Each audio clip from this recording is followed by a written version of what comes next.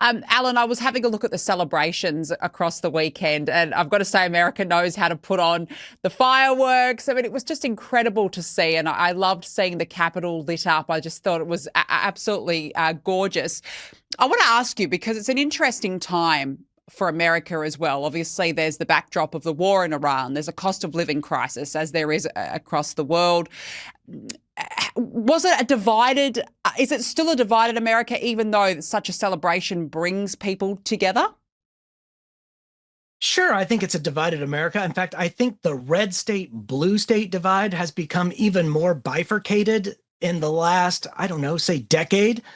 And it's not something that I see easing up anytime soon. But I also see a lot more pride. It's different because in my view, I feel as if the left has begun to sort of despise America's traditions and despise America's culture, and to treat it as just a long train of abuses. Let's just, I'm borrowing words from the Declaration here, but they really dislike America, and a lot of them even, in fact, hate America, and so they're not going to be expected to celebrate America, and that's disappointing because the very governing institutions and traditions that we have are what allow them to freely express themselves in that way, in that public way. And they enjoy all these freedoms to hate America. And it's because, these freedoms exist. And I believe they take them for granted. One thing I used to tell my students, because I was a college professor for many, many years before I came to the think tank world, is I would hear them talk about privilege all the time. And I really strongly disliked the word privilege. And I said, why are you using that word? It's got such a negative connotation. What if you, instead of saying privilege, what if you said blessings? Because blessings are also things that are unearned, but they involve sort of a corollary, which is a responsibility, a duty. To whom much is given, much is required. So blessings suggest, yes, you have something, you have an inheritance that you didn't earn. You were born into this country, and you should not take it for granted. You should try to make sure that everybody gets to enjoy those privileges and rights and all the rest. These are blessings. This isn't privilege in the negative sense. This is privilege in the positive sense. These are things that we want to see other people get to enjoy, not things that we should just bash.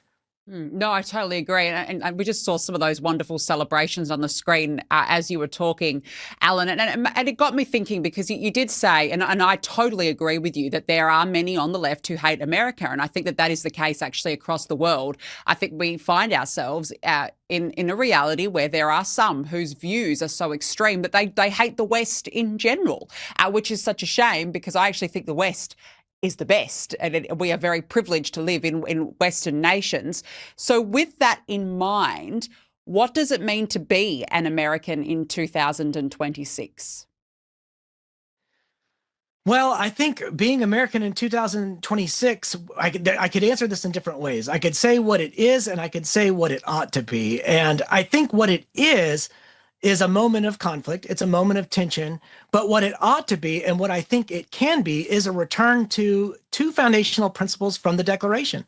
One is equality, which is the notion that we all have these God-given rights, and the other is popular sovereignty.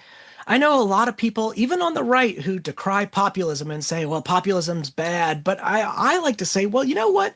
There's actually a very principled reason for populism in the American experiment, and it's that we have consent of the governed. This notion that government gets its power from the people. I mean, if you look at historically where sovereignty, the notion of sovereignty is a philosophical concept. I mean, before the United States, where we have we the people, first three words of our Constitution, which is meant to say sovereignty resides with the people. It's a very, I guess, contractarian idea. It comes out of the social contract theories of Locke and Hobbes and all the others that are doing social contract theory. But before that, you've got Blackstone writing in England about, absolute sovereignty resides totally in Parliament. And then before sovereignty resides in parliament, it resides in the monarch. So it's a very different thing to say that sovereignty resides with the people in the United States. And that's, that's a key thing, that governments derive their just powers from the consent of the governor. It really is the people who control the government and not vice versa. And we're, if anything, at risk of losing that through our division. I think that what we ought to be in 2026 is a people who remember who we are. My grandmother had Alzheimer's at the end of her life. It was terrible. She didn't recognize people. She couldn't remember pieces of her life. And it was horrible just to see her in that type of decline. And I think countries can go through that as well. And the last thing I would want to see is America suffer from some version of political, cultural, historical Alzheimer's. It would be terrible. So what we ought to be doing in 2026 is remembering who we are, remembering, where our government derives its powers and what authority we have as the people to represent and to control our government and to exercise popular sovereignty. I think that's so well put. You're right. It is. What does it mean to be an American? Remember who you are. Remember your foundations. Remember your roots, and remember that you do live in one of the most prosperous, if not the most prosperous nation in the entire world. I think it's absolutely very well put. Alan, I want to ask you a little bit of domestic politics, if I may. I was reading an interesting article in the UK Telegraph, actually, and it said that sources close to Donald Trump say he is anxious about the looming midterm elections and is even weighing up who is around him, who's an asset and who is a liability. When you hear him speak in public, he seems very confident, and that's the way that Donald Trump's always been, that he's confident that, yeah, okay, maybe the polling doesn't suggest that he's the most popular president right now. How do you see this playing out between now and the midterms? His popularity has obviously slumped. What do you think will happen? I mean, how do you see it going? Well, I do think his popularity remains strong within his own base. And so, politics is all about amassing majorities, and he's been pretty good at doing that. Now, the balance of power is delicate for Republicans in particular. 218 to 212 in the House, and the Senate's tight too, 53-47. The Democrats just could, gain 4 seats to win the Senate. And there's some vulnerable seats. Susan Collins is one. I think she'll pull it off. She's facing Graham Plattner, who is the sort of the socialist Democrat with the Nazi tattoo. But you've got an open seat. Tom Tillis is retiring in North Carolina. You've got the situation in Georgia where John Ossoff, who is a Democrat, could possibly lose a seat. You've got tough elections in Ohio and Alaska and Texas. Of course, everyone's looking at Texas because of the James Tallarico guy, but I think Ken Paxton will handily defeat him. I hesitate to make predictions, but I think the Republicans hold on to the Senate. I don't know about the House. I really don't know. There are just too many just districts at risk in Nebraska, Arizona, Iowa, New York, just different places. And it's hard for me to make predictions in those spaces. But if I were a betting man, I would say the House probably goes Democratic while the Republicans retain control of the Senate.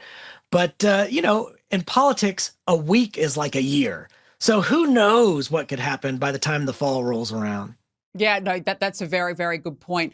How much has the Iran war had an impact on Donald Trump? I think it's probably had a pretty negative impact. No one wants to see the Iranian regime in place. Of course, nobody's rooting for that.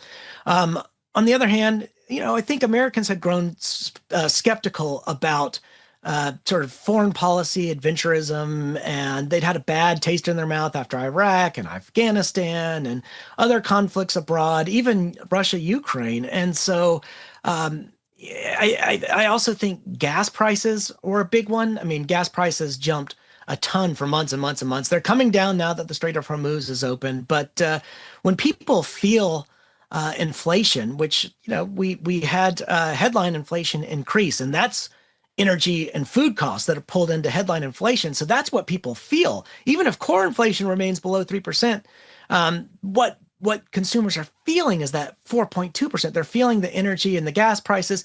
And also, people have short-term memories. So we forget that, inflation was 9.1% under Biden at one point. And at that time, gas prices were over $5 because that was 2022, and 2022 was 4 years ago. We care about what's happening now. But I think that it's a combination of things. I think it's a combination of just sort of disenchantment with foreign interventionism and high prices at the pump.